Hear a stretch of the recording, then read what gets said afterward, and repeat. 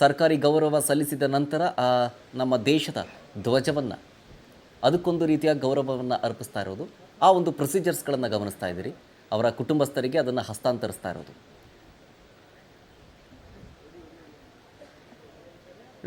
ಅವರ ದತ್ತು ಮಗಳು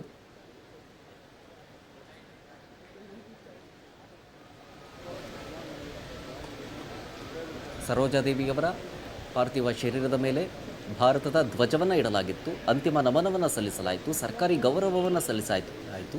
ಅದಾದ ನಂತರ ಪಾರ್ಥಿವ ಶರೀರದ ಮೇಲಿದ್ದಂತಹ ನಮ್ಮ ಭಾರತದ ಧ್ವಜವನ್ನು ಅದೇ ಸರ್ಕಾರಿ ಗೌರವದೊಂದಿಗೆ ಅವರ ಕುಟುಂಬಸ್ಥರಿಗೆ, ಅಂದರೆ ಅವರ ಮಗಳು, ದತ್ತು ಮಗಳಿಗೆ ಅದನ್ನು ಹಸ್ತಾಂತರಿಸಿದ್ದಾರೆ ಡಿ ಕೆ ಶಿವಕುಮಾರ್ ಅವರ ಕಡೆಯ ವತಿಯಿಂದ. ಈಗ ಅಂತಿಮವಾಗಿ ಸರ್ಕಾರ ಗೌರವವನ್ನು ಸಲ್ಲಿಸಲಾಗ್ತಾ ಇದೆ, ಸರ್ಕಾರಿ ಗೌರವವನ್ನು ಸಲ್ಲಿಸಲಾಗ್ತಾ ಇರೋದು. ಇದಾದ ನಂತರ ಒಕ್ಕಲಿಗ ಸಂಪ್ರದಾಯದಂತೆ ಅವರ ಅಂತ್ಯಕ್ರಿಯೆ ನೆರವೇರುತ್ತೆ.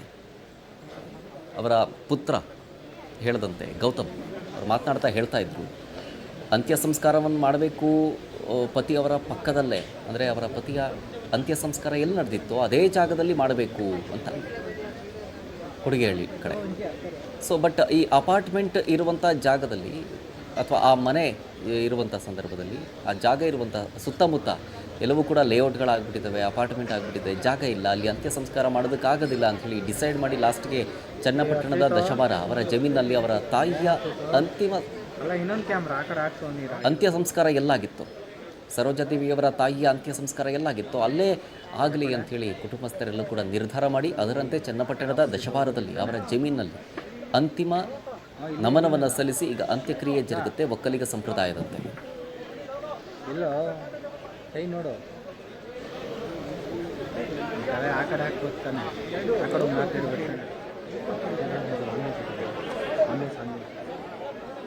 ನೋಡಿ, ಕನ್ನಡದ ಹಿರಿಯ ಚಲನಚಿತ್ರ ತಾರೆ, ಆಗಿನ ಕಾಲದಲ್ಲಿ 60-70ರ ದಶಕದಲ್ಲಿ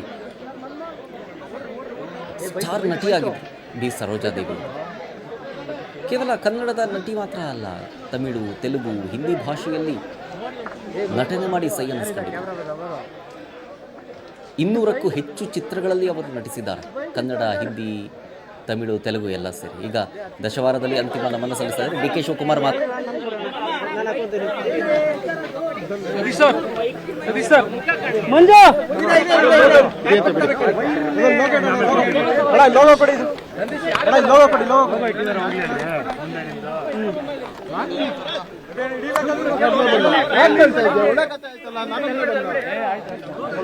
ಓಕೆನಾ?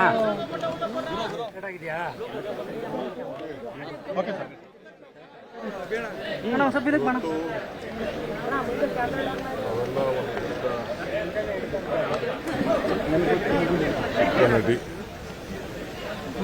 ತಂದೆ ಆದಂಥ ಬಿರುದುಗಳನ್ನು ಪಡೆದಂಥ ಎಲ್ಲ ನಮ್ಮ ದಕ್ಷಿಣ ಭಾರತದ ಎಲ್ಲ ಭಾಷೆಗಳಲ್ಲೂ ಕೂಡ ಭಾಳ ಪ್ರಮುಖವಾದಂಥ ಕಲಾವಿದರ ಜೊತೆ, ದೊಡ್ಡ ದೊಡ್ಡ ಆರ್ಟಿಸ್ಟ್ ಜೊತೆ, ಒಬ್ಬೊಬ್ಬರ ಜೊತೆನೂ 25-25ಕ್ಕೂ ಹೆಚ್ಚು ಸಿನಿಮಾಗಳಲ್ಲಿ ನಟಿಸಿ ಅಪಾರವಾದಂಥ ಕೀರ್ತಿಯನ್ನು ಪಡ್ಕೊಂಡಂಥ ಒಂದು ನಮ್ಮ ಊರಿನ ಮಗಳು. ಇಡೀ ಕರ್ನಾಟಕ ಸರ್ಕಾರ ಮತ್ತು ದಕ್ಷಿಣ ಭಾರತ ಎಲ್ಲ ಕಲಾಭಿಮಾನಿಗಳು ಇವತ್ತು ಭಾಳ ಗೌರವದಿಂದ ಅವ್ರಿಗೆ ನಮನವನ್ನು ಅರ್ಪಿಸುವಂಥ ಕೆಲಸ ಇವತ್ತು ನಮ್ಮ ಸರ್ಕಾರ ಮಾಡಿದೆ.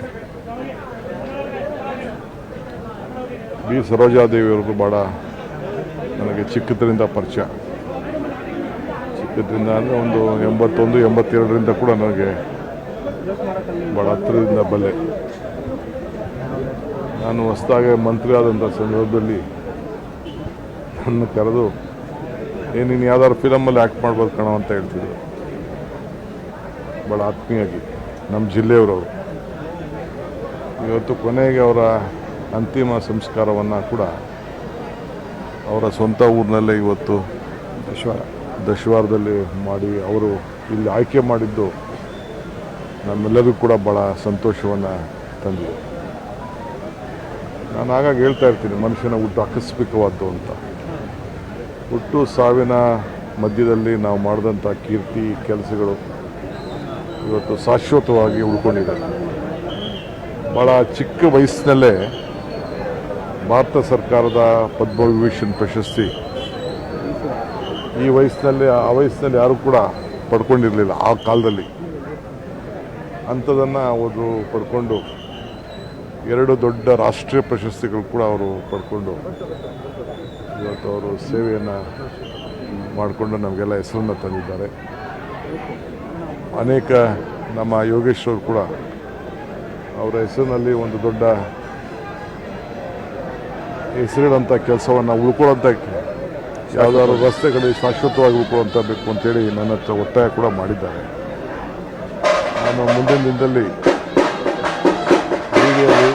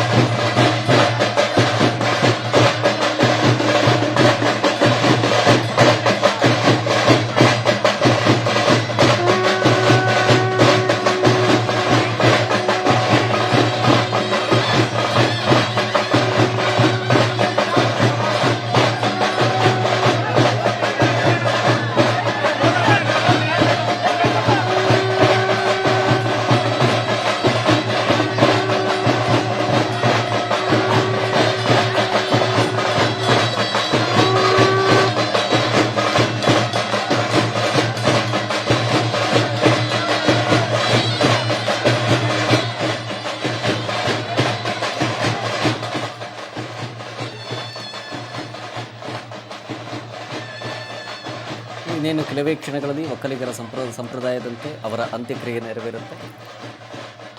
ಅದರ ಭಾಗವಾಗಿ ವಿಧಿವಿಧಾನಗಳನ್ನು ಗಮನಿಸ್ತಾ ಇದ್ದೀರಿ. ಅವರ ಕುಟುಂಬಸ್ಥರಿದ್ದಾರೆ, ಜೊತೆಗೆ ಸರ್ಕಾರಿ ಗೌರವದೊಂದಿಗೆ ಅವರಿಗೆ ಅಂತಿಮ ನಮನವನ್ನು ಸಲ್ಲಿಸಲಾಯಿತು. ಅದರ ದೃಶ್ಯಾವಳಿಗಳನ್ನು ಈ ಹಿಂದೆಯೇ ನೋಡಿದ್ವಿ. ಇವಾಗ ಅಂತ್ಯ ಸಂಸ್ಕಾರ ನಡೀತಾ ಇದೆ. ಒಕ್ಕಲಿಗ ಸಂಪ್ರದಾಯದಂತೆ ವಿಧಿವಿಧಾನ ನಡೀತಾ ಇದೆ, ಸರ್ಕಾರಿ ಗೌರವದೊಂದಿಗೂ ಕೂಡ.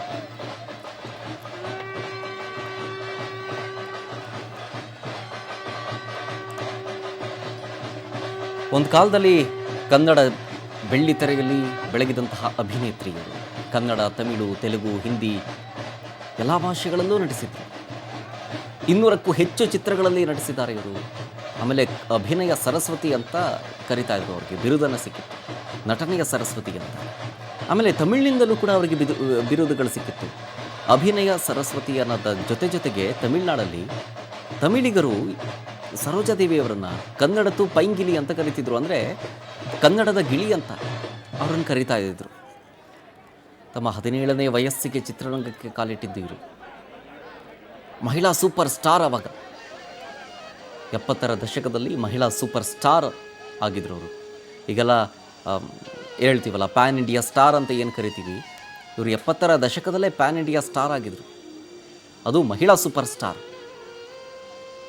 ಆಮೇಲೆ ಸರೋಜಾದೇವಿಯರ ಮೊದಲ ಚಿತ್ರ ಮಹಾಕವಿ ಕಾಳಿದಾಸ 1955ರಲ್ಲಿ ತೆರೆ ಕಂಡಿದ್ದು. ಆ ಸಿನಿಮಾ ದೊಡ್ಡ ಬ್ರೇಕ್ ಥ್ರೂ ಕೊಡುತ್ತೆ ಅವ್ರ ಲೈಫ್ನಲ್ಲಿ, ಸಿನಿ ಜರ್ನಿಗೆ.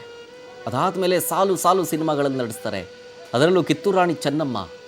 ಆ ಕಿತ್ತೂರು ರಾಣಿ ಚೆನ್ನಮ್ಮನ ಸಿನಿಮಾ ನೋಡಿ ಎಷ್ಟೋ ಜನ ಆ ಪಾತ್ರಕ್ಕೆ ಜೀವ ತುಂಬಿದ್ದಾರೆ ಅವರು ಅನ್ನುವಂಥ ಮಾತನಾಡೋದರ ಜೊತೆಗೆ ಎಷ್ಟೋ ನಾವು ಆಗಲಿ ಅಥವಾ ನೀವು ವೀಕ್ಷಕರು ನೀವಾದರೂ ಅಷ್ಟೇ, ಚಿಕ್ಕ ವಯಸ್ಸಿನಲ್ಲಿ ಸ್ಕೂಲಲ್ಲಿ ನಾಟಕಗಳನ್ನು ಮಾಡುವಂಥ ಸಂದರ್ಭದಲ್ಲಿ ಕಿತ್ತೂರು ರಾಣಿ ಚೆನ್ನಮ್ಮನ ಪಾತ್ರ ಬಂದಂಥ ಸಂದರ್ಭದಲ್ಲಿ ಅವರು ಹೇಳ್ತಾ ಇದ್ದಂಥ ಡೈಲಾಗು, ನಿಮಗೇಕೆ ಕೊಡಬೇಕು ಕಪ್ಪ ಅಂಥೇಳಿ. ನಾವೆಲ್ಲ ಪುಸ್ತಕದಲ್ಲಿ ಕಥೆಗಳಲ್ಲಿ ಓದಿರ್ತೀವಿ, ಆದರೆ ಆ ಒಂದು ಸ್ಲ್ಯಾಂಗ್ ಅಥವಾ ಆ ಒಂದು ದಾಟಿ ಅದೆಲ್ಲವೂ ಕೂಡ ನೋಡಿ ಕಲ್ತಿದ್ದು ಸರೋಜಾದೇವಿಯವರ ಆ್ಯಕ್ಟಿಂಗ್ನಿಂದ, ಕಿತ್ತೂರು ರಾಣಿ ಚೆನ್ನಮ್ಮನ ಆ ಒಂದು ಸಿನಿಮಾದಲ್ಲಿ ಅಭಿನಯಿಸಿದ ಆ ಒಂದು ಡೈಲಾಗ್ನಿಂದ.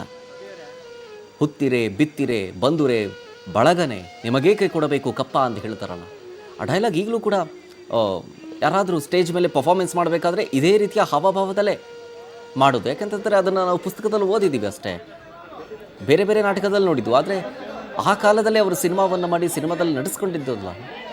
ಸೊ ಹಾಗಾಗಿ ಇನ್ನು ಅವರು ನೆನಪಾಗಿದ್ದರೂ ಕೂಡ ಇನ್ನೂ ಅವರು ಕೊಟ್ಟಂಥ ಒಂದಷ್ಟು ಸಂದೇಶಗಳು, ಆಮೇಲೆ ಎಷ್ಟೋ ಕಲಾವಿದರನ್ನು ಹುಟ್ಟುಹಾಕಿದ್ದಾರೆ, ಬೆಳೆಸಿದ್ದಾರೆ. ಸಲಹೆ ಸೂಚನೆಗಳನ್ನು ಕೊಟ್ಟಿದ್ದಾರೆ ಒಂದಷ್ಟು ಜನಕ್ಕೆ. ಅವರು ಈಗಲೂ ಕೂಡ ಹೇಳ್ತಾರೆ ಅವ್ರು ನಮ್ಮ ಹೃದಯದಲ್ಲಿ ಯಾವಾಗಲೂ ಇರ್ತಾರೆ ಅಂತ. ಸದ್ಯ ಅಂತ್ಯಕ್ರಿಯೆ ನೆರವೇರ್ತಾ ಇದೆ. ಅದರ ಲೈವ್ ವಿಜುವಲ್ಸ್ ನೋಡ್ತಾ ಇದ್ದೀರಿ ಪವರ್ ಟಿವಿಯ ಸ್ಕ್ರೀನ್ ಮೇಲೆ. ಚನ್ನಪಟ್ಟಣದ ದಶವಾರದ ತಮ್ಮ ಜಮೀನಿನಲ್ಲಿ ಅಂತ್ಯಕ್ರಿಯೆ ನೆರವೇರ್ತಾ ಇದೆ. ಅವರ ದತ್ತು ಮಗಳಿದ್ದಾರೆ, ಕುಟುಂಬಸ್ಥರಿದ್ದಾರೆ. ಎಲ್ಲರ ಸಮ್ಮುಖದಲ್ಲೇ ಅಂತ್ಯಕ್ರಿಯೆ ನೆರವೇರ್ತಾ ಇದೆ.